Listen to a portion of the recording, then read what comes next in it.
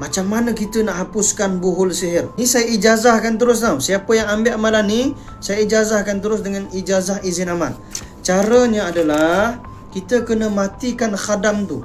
Kita kalau nak bakar buhul sihir ni atau nak musnahkan buhul sihir ni, kita bukan musnahkan barangnya sebenarnya, tapi kita nak musnahkan penjaga barang tersebut, penjaga buhul sihir tersebut.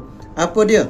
Pertama, baca Ayatul Kursi. Dapat dah? Ayatul Kursi. Kalau boleh, contoh kan, ni buhul sihir kan. Ni buhul sihir, jangan pegang dengan tangan kanan. Tu petua dia. Jangan pegang tangan kanan, tapi kena pegang tangan kiri. Kemudian kalau pegang tu, kalau boleh berlapik ataupun guna sarung tangan. Guna sarung tangan. Sebab apa? Ada sebagai buhul sihir ni, kalau kita sentuh dia, dia jadi penyakit kulit.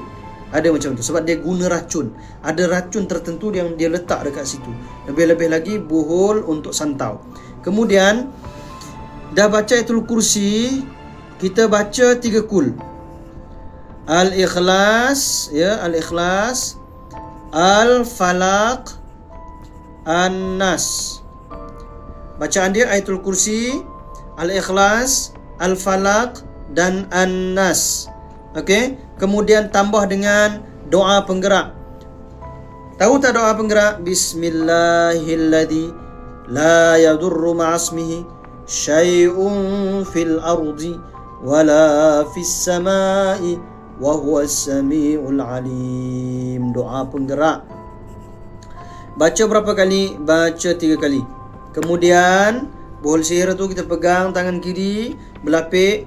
Kita dah baca semua ni, kita ludahkan isyarat ludah 3 kali. Begitu. Kemudian kita cakap, aku tak ingin benda ni ada pada diri aku. Ataupun hancurlah engkau, pulang ke tempat asalmu. Boleh juga. Tak menjadi masalah. Kemudian bakar ataupun ditanam ataupun dibuang di tempat sungai yang mengalir, tapi dengan syarat beratkan benda tu dengan batu dan sebagainya.